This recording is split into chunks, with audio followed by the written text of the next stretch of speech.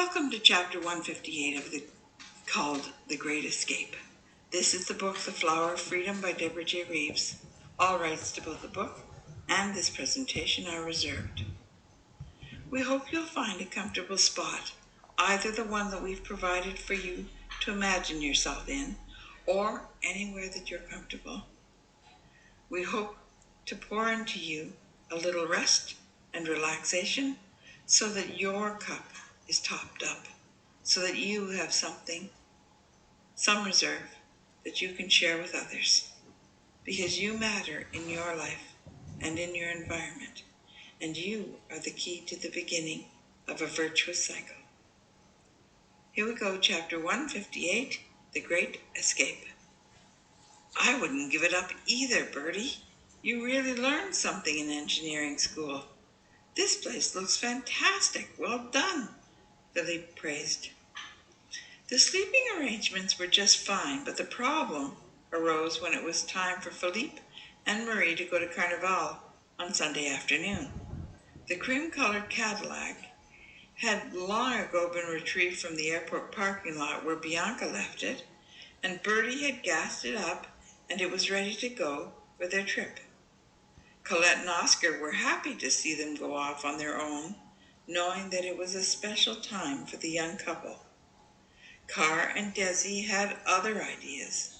They simply could not believe that Philippe was taking Marie and not them.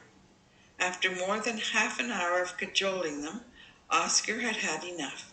He picked one of them up under each arm, said his goodbyes as they squealed, and he took them up to their room, leaving everyone else at the front entry. Colette kissed Marie's and then Philippe's cheeks, and she urged them to get going while they still could make an escape. Bertie walked them out to the car and told them to enjoy Carnival. He watched and waved as they drove out of the driveway, and then he shuffled back into the house. I wonder if Marie and I were that headstrong, he wondered, thinking about the howling twins. He shook his head. He knew the answer to that question. They hadn't even made it to the corner before Philippe asked Marie if she thought the twins would ever forgive him. They really wanted to come. Marie knew that he did not really want company on the trip, but she could see that he was feeling guilty about the way he had to say no to the boys. Philippe, it's no is good for them occasionally. I know you are an only child, but those two are never truly lonely. They just like to get their way, like most of us do.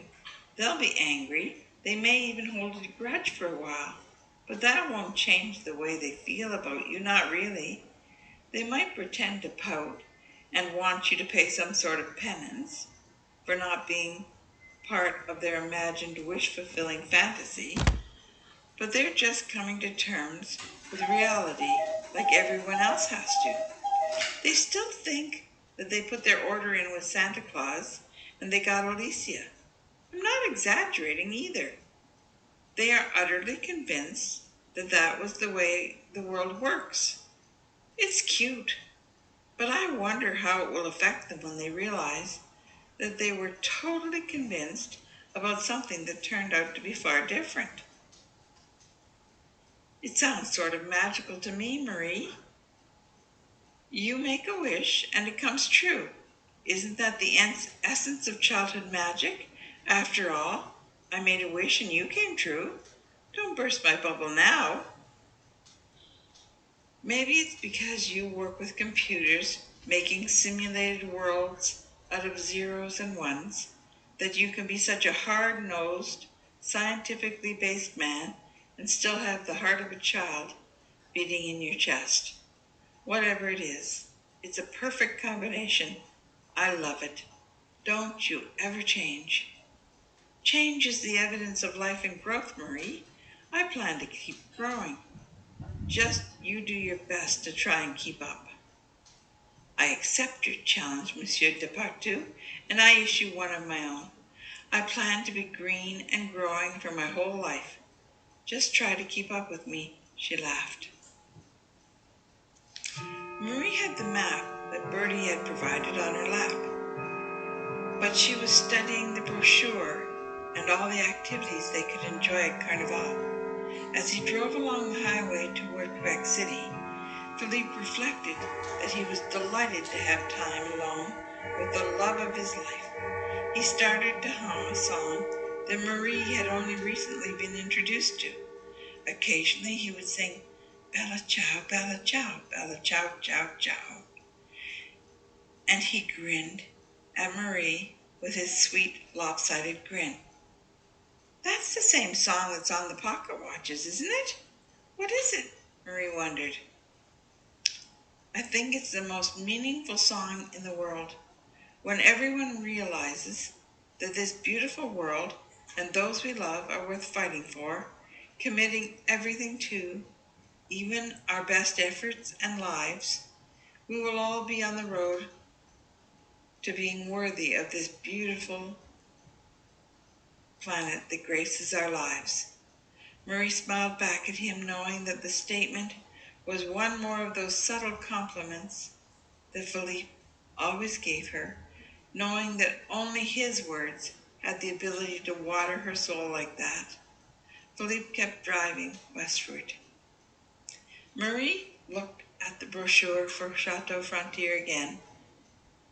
She had heard that it was the most photographed castle in the world. It was hard for some to imagine it, or that it was in Quebec City, Canada. It was built in the 17th century, before the wars devastated most of Europe.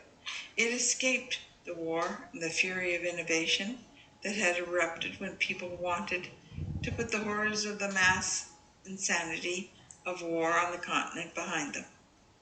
No one could blame them, but everyone was grateful for the preservation that the isolation accorded the chateau. That's the end of chapter 158. We hope you'll come back for the next, which is called Chateau Frontier. We're closing in on the end of this book, and there will be some surprises. We hope you'll be here for that. Bye-bye.